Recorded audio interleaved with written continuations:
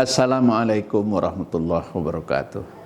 Alhamdulillahilladzi anzalal kitabah wa lam yaj'al lahu 'iwaja. Asyhadu an la ilaha illallah wahdahu la syarikalah wa asyhadu anna Muhammadan abduhu wa rasuluhu la nabiyya ba'dah. Qallallahu ta'ala fil Qur'anil Karim, a'udzu billahi minasyaitonir rajim. Bismillahirrahmanirrahim. Rabbana ma khalaqta hadza batila subhanaka faqina adzabannar. Ya Tuhan kami, tidak satu pun dari ciptaan-Mu ini yang sia-sia. Engkau maha suci dan maha terpuji. Surat Ali Imran ayat 191. Ayat ini memberikan sebuah wawasan, sebuah cara pandang kita betapa logika ilahiyah itu menjadi panutan, menjadi bimbingan kita di dalam menyikapi, memberikan respon, dan akhirnya mengambil keputusan. Ada 3 logika ilahi yang terkandung dari ayat Ali Imran 190 sampai 195. Pertama, disebut dengan ulul albab. Bagaimana kita meningkatkan dari orang berilmu, orang beragama, orang berilmu, orang berpengetahuan menjadi ulul albab. Alat ukurnya ini ulul albab itu disebutkan allazina yazkurunallaha qiyaman wa qu'udan wa 'ala junubihim wa yatafakkaruna fi khalqis samawati wal ard. Orang yang selalu hidup hari-harinya dipenuhi dengan zikir dalam keadaan duduk, berdiri, berbaring, tapi bersamaan dengan itu dia juga tidak pernah berhenti memikirkan apa yang menjadi rahasia dari ciptaan alam, ciptaan langit dan bumi. Pesannya, ulul albab itu orang yang memiliki kecerdasan sempurna, yang memiliki pengetahuan yang integrated, yang menyatu. Dan ini perlu terus kita ingatkan. Ramadan sungguhnya mengingatkan kita untuk itu, bahwa pengetahuan itu tidak boleh dipisah, tidak dikotomi antara pengetahuan agama dengan pengetahuan umum, antara pengetahuan dunia dengan akhirat. Karena dunia dan akhirat itu hanya disambungkan oleh huruf waw. Wabtaghi fima atakallah daral akhirah wala. Yang tetap waw saja, hanya satu penghubung. Jadi jangan ada pikiran dikotomi dalam hidup kita.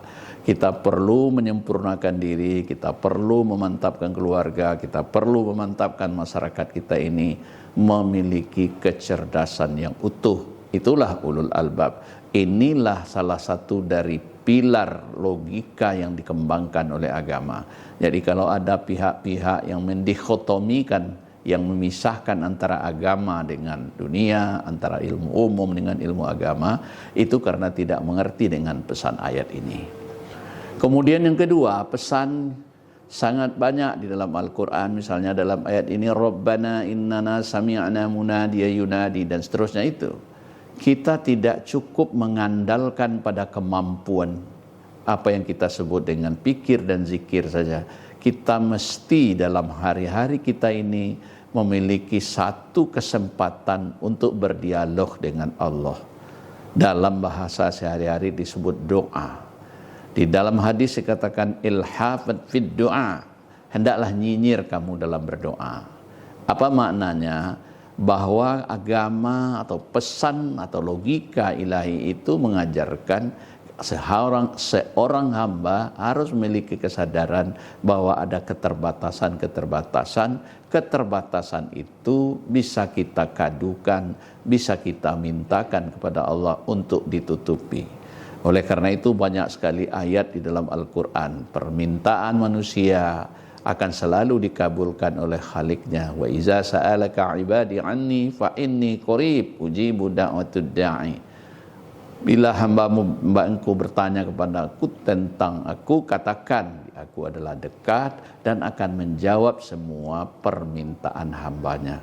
Pentingnya doa ini adalah dalam rangka memperkuat ketahanan diri.